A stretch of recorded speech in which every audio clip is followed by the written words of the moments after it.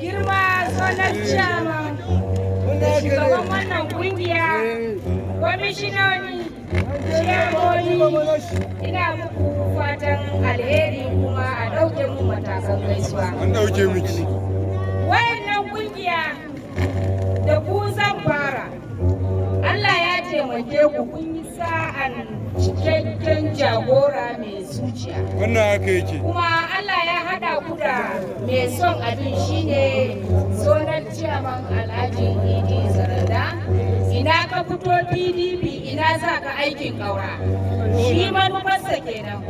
Babu da wani abin gadara da ya wuce ƙaura. Ina kira zuwa gare ku.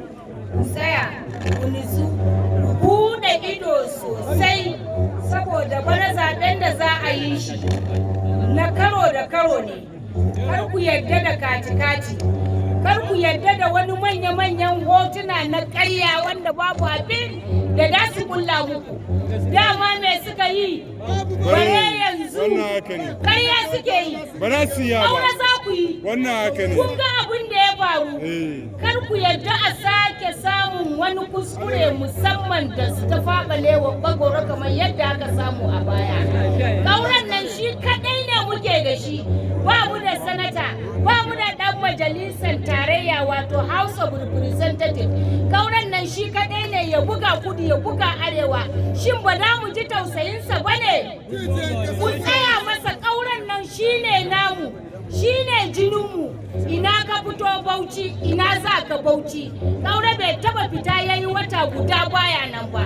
Kar ku yarda da manya-manyan barayi, kar ku yarda da waɗanda za su sace muku kuɗinku. Kuma ba za ku san ina aka kai ba, kuma ba za ku gani a jikinku ba, kuma ba za mu gani a ƙasa ba.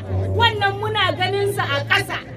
Wallahi, tallahi, kar ku yarda da 'yan kwanta-kwanta, kar ku yarda da ɓarayi wanda idan suka sata ba za ku gani a ƙasa ba. Ba mu gani.